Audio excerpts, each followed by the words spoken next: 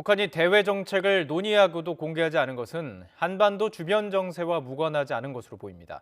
우방인 중국의 동계올림픽 개최와 또 미중 갈등, 코로나19와 우리의 대통령 선거 등 여러 변수를 감안한 것으로 분석되고 있습니다. 김문경 기자가 보도합니다. 지난해 초 8차 당대회를 연 김정은 국무위원장은 북한 주민에 보내는 연하장으로 신년사를 대신했습니다. 대외 정책은 당대회가 끝난 10여일 뒤 공개했는데 우리 측에 대해서는 3년 전 봄날을 얘기하며 관계 개선의 여지를 남겼습니다. 미국을 향해서는 강대강, 선대선 원칙을 거론하며 핵전쟁 억제력을 강화하겠다는 의지를 과시했지만 올해는 별다른 언급을 하지 않았습니다.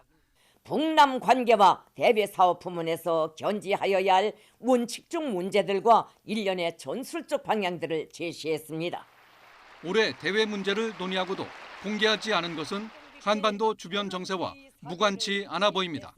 우방인 중국의 다음 달 동계올림픽 개최와 미중 간 갈등, 한국의 대통령 선거 등이 겹치면서 상황을 봐가며 대응하겠다는 뜻으로 분석됩니다. 종전선언에 대한 언급도 없었는데 내용이 공개되지 않은 상황에서 미리 언급하지 않겠다는 뜻으로 풀이됩니다. 정세에 특별한 변화가 없는 상황에서 북한이 북측이 먼저 자신들의 패를 까는 것에 대한 부담이 있는 겁니다. 지난해와 달리 핵 무력에 대한 언급은 없었지만 국가 방위력의 질적 변화를 강력히 주문한 점은 눈에 띕니다.